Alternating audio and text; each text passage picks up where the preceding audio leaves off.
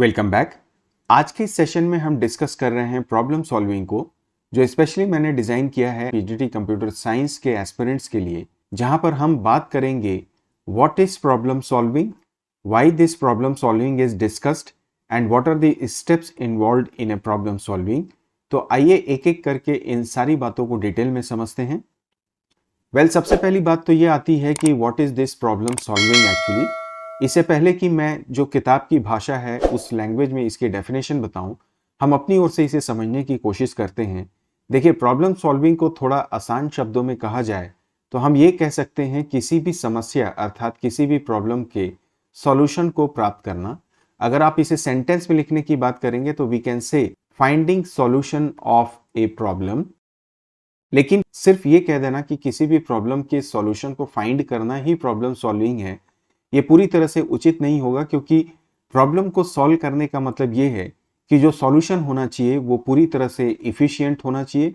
Efficient होने के साथ साथ वो एक्यूरेट भी होना चाहिए, और एक्यूरेट होने के साथ साथ इसमें एक पॉइंट और हम ऐड कर सकते हैं, दैट इज रिलायबल। तो किसी भी समस्या का समाधान जो आप प्राप्त करते हैं और वो भी इफिशिएंट, एक्यूरेट और रिलायबल समाधान, सो उसे हम कहीं ना कहीं प्रॉब्लम सॉल्विंग के संदर्भ में समझ सकते हैं। सवाल ये पैदा होता है कि आपको प्रॉब्लम सॉल्विंग को डिस्कस करने की या प्रॉब्लम सॉल्विंग के बारे में बात करने की आवश्यकता क्यों है। सो देखिए, प्रॉब्लम सॉल्विंग का कहीं ना कहीं जो पर्पस है वो ह्यूमन के जो टास्क हैं उन टास्क को ऑटोमेट करने से रिलेटेड होता है। और जब मैं ह्यूमन के टास्क को ऑटोमेट करने से रिलेटेड बात कर रहा हूं, इसका मतलब इसका जो पर्पस है वो ये कि ह्यूमन के जो एफर्ट्स हैं, ह्यूमन का जो एफर्ट में टाइम लगता है, प्लस जो उस वर्क को करने की कॉम्प्लेक्सिटी होती है, इन सब को रिड्यूस कर देना जब आप अपने टास्क को ऑटोमेट कर देते हैं। नाउ हम जब कंप्यूटर साइंस की बात करते हैं तो हम भली भांति ये कह सकते हैं कि जब ह्यूमन के टास्क को ऑटोमेट करने की बात आती है तो वहां पर सीधे सीधे हमारे दिमाग में जो बात आती है वो है हमारे कंप्यूटर सिस्टम की। तो जब आप कंप्यूटर सिस्टम के प्रयोग के द्वारा किसी ह्यूमन टास्क को ऑटोमेट कर देते हैं, इनडायरेक्टली हम कह सकते हैं कि हमने कहीं ना कहीं एक प्रॉब्लम सॉल्विंग की बात की। दूसरे तरीके से ये बात कही जा सकती है, हम सभी जानते हैं कि जो कंप्यूटर है, इस कंप्यूटर में स्वयं की अपनी कोई सोचने की क्षमता नहीं होती है, लेकिन ये ह्यूमंस होते हैं जो अपने बुद्धि बल के द्वारा स्टेप बाय स्टेप इंस्ट्रक्शंस देकर, मैं इसे यहाँ पे थोड़ा सा ठीक से लिख देता हूँ, स्टेप बाय स्टेप इंस्ट्रक्शंस के द्वारा, या दूसरी तरीके से ये कहें कि ये जो स्टेप बाय स्टेप इंस्ट्रक्शंस होते हैं इसे कंप्यूटर में स्टोर करके किसी भी प्रॉब्लम का समाधान प्राप्त करते हैं या किसी भी प्रॉब्लम को ऑटोमेट आप कर देते हैं। तो इसका तात्पर्य यह है कि जब हम प्रॉब्लम सॉल्विंग की बात करते हैं कंप्यूटर सिस्टम या कंप्यूटर साइंस के संदर्भ में, तो इसका मतलब ये एक स्किल है, और इस स्किल का प्रयोग करके ह्यूमन टास्क को आप ऑटोमेट करने की बात करते हैं। सो आई गेस आपको मेरी बात समझ में आ रही होगी कि प्रॉब्लम सॉल्विंग का सीधा सीधा संबंध, अगर आप इसे कंप्यूटर साइंस से जोड़कर देखें, तो ह्यूमन टास्क को ऑटोमेट करना। एक छोटे से एग्जाम्पल के द्वारा भी मैं इसे समझाना चाहूंगा, वो ये कि यदि आप एक रेलवे रिजर्वेशन की बात करें तो आज जो रेलवे रिजर्वेशन आप अपने मोबाइल में बैठकर बड़ी ही आसानी से टिकट को बुक कर पाते हैं, तो क्या आप नहीं समझते कि ये एक बहुत ही बेहतरीन एग्जाम्पल है आपके प्रॉब्लम सॉल्विंग का। तो मैं यहां पर बात कर रहा हूं टिकट बुकिंग का अर्थात रेलवे रिजर्वेशन का। तो इस पूरे के पूरे प्रोसेस को आपने ऑटोमेट कर दिया है अपने कंप्यूटर सिस्टम का प्रयोग करके। तो ये एक बेहतरीन एग्जाम्पल है एक प्रॉब्लम सॉल्विंग का। तो इस उदाहरण के द्वारा आपको ये बात समझ में आ गई होगी कि जब हम प्रॉब्लम सॉल्विंग की बात करते हैं तो हम किस टाइप के प्रॉब्लम्स की यहाँ पर बात कर रहे हैं। हम सभी जानते हैं कि जब आप रेलवे रिजर्वेशन करते हैं तो ये एक बहुत ही कॉम्प्लेक्स टास्क होता है, क्योंकि इसमें बहुत सारे अलग अलग प्रकार के ऑपरेशंस इन्वॉल्व होते हैं, जैसे कि पैसेंजर्स की डिटेल, ट्रेन्स की स्केड्यूलिंग, इसी तरह से मल्टी यूजर एनवायरनमेंट प्रोवाइड करना, अर्थात एक समय पे हजारों लोग एक ही समय पर एक ही गाड़ी में या डिफरेंट गाड़ियों में टिकट बुकिंग करते हैं, लेकिन इन पूरे प्रॉब्लम्स को बहुत ही सही से तरीके से इफिशिएंटली आपने कंप्यूटर सिस्टम का प्रयोग करके ऑटोमेट करके एक सॉफ्टवेयर बना दिया, और जिसे हम लोग बड़ी ही आसानी से प्रयोग करके बहुत ही कम समय में अपनी टिकट को बुक कर पाते हैं या अपनी समस्याओं का समाधान कर लेते हैं, जहां पर आपको एफर्ट भी नहीं करनी पड़ती। सो this is the purpose of this problem solving. और इस आधार पे हम ये कह सकते हैं कि प्रॉब्लम सॉल्विंग बेसिकली एक प्रोसेस है, एक स्किल भी है, आप ये कह सकते हैं, जिसमें कि आप किसी भी प्रॉब्लम को आइडेंटिफाई करते हैं, एनालाइज करते हैं उस प्रॉब्लम को, और उसकी बेसिस पे एक एल्गोरिदम डेवलप करते हैं, और फाइनली उस एल्गोरिदम को डेवलप करने के लिए आप एक प्रोग्राम बनाते हैं। तो यहाँ पर देखिए, हमने प्रॉब्लम सॉल्विंग को एक प्रोसेस का रूप दे दिया है, और जब आप प्रोसेस का रूप देते हैं तो इसका मतलब ये है कि किसी भी प्रॉब्लम को सॉल्व करने का या किसी भी प्रॉब्लम का जो सॉल्यूशन आप फाइंड करते हैं, वो सबसे बेस्ट तब होगा जब आपने प्रॉब्लम को सही तरीके से क्या किया हो, आइडेंटिफाई किया हो। अगर आपने प्रॉब्लम को सही तरीके से आइडेंटिफाई कर लिया, उसके बाद में उससे रिलेटेड जो सेट ऑफ स्टेप्स आप लिखते हैं, उससे रिलेटेड का मतलब है उसके सॉल्यूशन की मैं यहाँ पे बात कर रहा हूँ, और सॉल्यूशन का भी मतलब जहाँ पर आप बेस्ट सॉल्यूशन निकालते हैं, उस सेट ऑफ स्टेप्स को लिखने के बाद में यदि आप उसे कंप्यूटर सिस्टम के द्वारा ऑटोमेट करना चाहते हैं, तो यहाँ पर फिर आप इसके लिए प्रोग्राम्स बनाते हैं, जिसके लिए आप डिफरेंट प्रोग्रामिंग लैंग्वेजेस का इस्तेमाल करते हैं। तो कुछ इस तरीके से हम प्रॉब्लम सॉल्विंग को अंडरस्टैंड कर सकते हैं। और जब आप प्रॉब्लम सॉल्विंग की बात करते हैं तो इसमें 4 मुख्य स्टेप्स होते हैं, जिसमें पहला होता है किसी प्रॉब्लम को एनालाइज करना,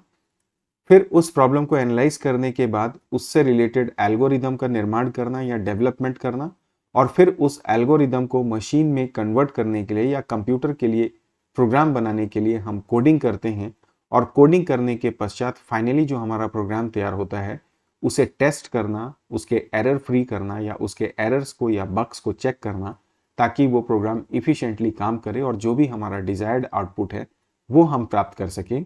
तो यहाँ पर जब हम एनालाइज करने की बात करते हैं या किसी प्रॉब्लम को एनालाइज करने की हम बात करते हैं, तो प्रॉब्लम को एनालाइज करने का मतलब ये है कि उस प्रॉब्लम को सही तरीके से समझना और बिल्कुल क्लियरली उस प्रॉब्लम्स के चैलेंजेस को समझते हुए उसके सॉल्यूशन के बारे में सोचना। और जब आप प्रॉब्लम एनालाइज करने की बात करते हैं, तो इसमें जो प्रॉब्लम्स के मेन कंपोनेंट्स हैं, क्या क्या हमारे चैलेंजेस हैं, आप उसे लिस्ट आउट करते हैं। लिस्ट आउट करने के बाद में उस प्रॉब्लम की जो कोर फंक्शनैलिटी है, एग्जैक्टली हमारा जो टारगेट है, मेन फंक्शन क्या है उस प्रॉब्लम का, उसके बारे में सोचना या उसे लिस्ट आउट करना। और उसके साथ ही साथ उस प्रॉब्लम को सॉल्व करने के लिए हमें किस प्रकार के इनपुट्स की आवश्यकता पड़ती है और किस प्रकार के आउटपुट जनरेट होंगे जब हम उन इनपुट्स को प्रोवाइड करेंगे, इन सारों बातों को हम क्या करते हैं, हमारे प्रॉब्लम की एनालिसिस में रखते हैं। उदाहरण के तौर पे यदि फिर से मैं बात करूं रेलवे रिजर्वेशन की, अगर आपके सामने आपको एक प्रॉब्लम रख दी जाए कि आपको पूरे रेलवे रिजर्वेशन सिस्टम को ऑटोमेट करना है, तो पहले आप इस पूरी प्रॉब्लम को समझने की कोशिश करते हैं, और यहाँ पर आप समझने की कोशिश करते हैं कि इसके मेजर कंपोनेंट्स क्या क्या हो सकते हैं। तो हम लिस्ट आउट करते हैं कि भाई इसका मेजर कंपोनेंट में एक होगा पैसेंजर, दूसरा होगा हमारा ट्रेन, तीसरा होगा हमारे ट्रेन की स्केड्यूलिंग, और स्केड्यूलिंग के साथ साथ ट्रेन में जो सीट्स की अवेलेबिलिटी है, ये हमारे मेजर कंपोनेंट्स हो सकते हैं, जिसे आप कुछ इस तरह से इस्तेमाल कर सकते हैं या बता सकते हैं। इसके अलावा और भी कंपोनेंट्स आ सकते हैं, जैसे यहाँ पर आप डेस्टिनेशंस की बात कर सकते हैं या सिटीज़ की आप बात कर सकते हैं। तो बेसिकली जैसे आपने इन मेजर कंपोनेंट्स को लिस्ट आउट किया, उसके बाद में इनकी जो कोर फंक्शनैलिटी है, कोर फंक्शनैलिटी का मतलब होगा जहाँ पर आप एडिशन की बात करते हैं पैसेंजर की, टिकट बुकिंग की आप बात करते हैं, टिकट डिलीट करने की बात करते हैं, सिमिलरली स्केड्यूल्स को अपडेट करने के भी हम बात कर सकते हैं। तो कुछ इस तरीके से आप मेजर फंक्शंस को लिस्ट आउट करते हैं, एंड बेस्ड ऑन दिस फिर आप इसके इनपुट्स के बारे में सोचते हैं। जैसे कि यदि आप पैसेंजर के बारे में बात करें, तो आप ये सोचते हैं कि भाई हमारे को पैसेंजर की आईडीज की ज़रूरत पड़ेगी, उसके नेम की ज़रूरत पड़ेगी, उसके एड्रेस की ज़रूरत पड़ेगी। सिमिलरली अगर हम ट्रेन के इनपुट्स की बात करें, तो उसमें हम डिफरेंट तरीक़ों से उसकी इनपुट्स को फिगर आउट करते हैं, और उसी की बेसिस पे फिर हम आउटपुट निकालने की बात करते हैं, जहाँ पर हमारा जो फाइनल आउटपुट होता है वो हमारा एक प्रिंट हो सकता है हमारी टिकट का with some of the important information. तो कुछ इस तरह से हम प्रॉब्लम को एनालाइज करते हैं। आफ्टर एनालाइजिंग ऑब्वियसली हम उसके लिए स्टेप बाय स्टेप इंस्ट्रक्शंस लिखते हैं और इन्हीं इंस्ट्रक्शंस को हम एल्गोरिदम के नाम से भी जानते हैं। हम यहाँ पे प्रमुख रूप से दो बातों का ध्यान रखते हैं। एक तो एल्गोरिदम कितना टाइम कंज्यूम करता है, साथ ही साथ अगर ये मेमोरी स्पेस ऑक्यूपाई करेगा तो इसका मेमोरी का कंजम्पशन कितना होगा। तो set of precise and sequential steps written to solve a problem, उसे हम कहते हैं एल्गोरिदम। और एल्गोरिदम जो होता है वो किसी भी भाषा में आप लिख सकते हैं, इसमें किसी भी प्रकार का कोई भी बंधन नहीं होता है। और किसी भी प्रॉब्लम के लिए जब आप एल्गोरिदम लिखते हैं उसके सॉल्यूशन के लिए, तो वो एक से ज़्यादा सॉल्यूशंस हो सकते हैं, जिनमें से जो बेस्ट सॉल्यूशन होता है आप उसे फिर फाइनल करते हैं। और जैसे मैंने आपसे कहा कि ये निर्भर करता है कि कितना टाइम आपका एल्गोरिदम ले रहा है, कितनी उसकी कॉम्प्लेक्सिटी है, कितना वो मेमोरी स्पेस ऑक्यूपाई करता है। और इस आधार पर निर्णय लेने के पश्चात उस एल्गोरिदम को कंप्यूटर को समझाने के लिए हमें कोडिंग करनी पड़ती है। और इस कोडिंग का तात्पर्य यह है कि एल्गोरिदम जो आपने लिखा वो तो आपने अपने लिए लिखा, अपनी भाषा में लिखा, जिसे कंप्यूटर कभी भी अंडरस्टैंड नहीं कर सकता।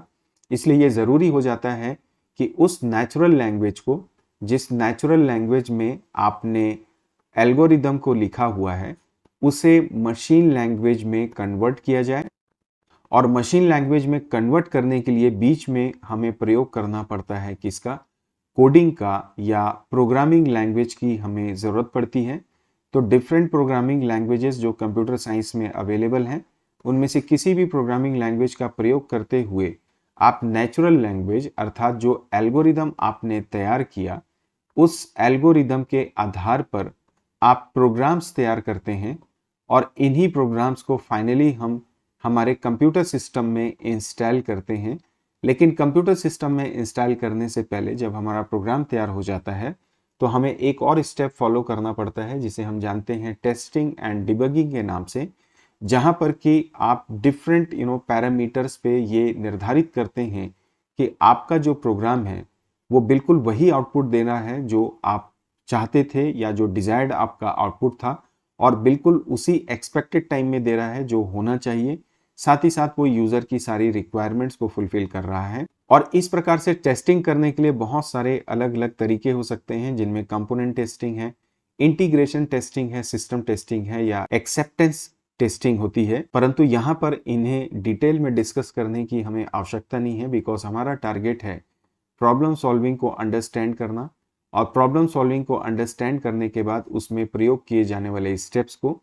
तो अभी हमने देखा कि किस तरीके से प्रॉब्लम सॉल्विंग का तात्पर्य क्या है, साथ ही साथ इसमें जो स्टेप्स इन्वॉल्व किए जाते हैं वो कौन कौन से हैं।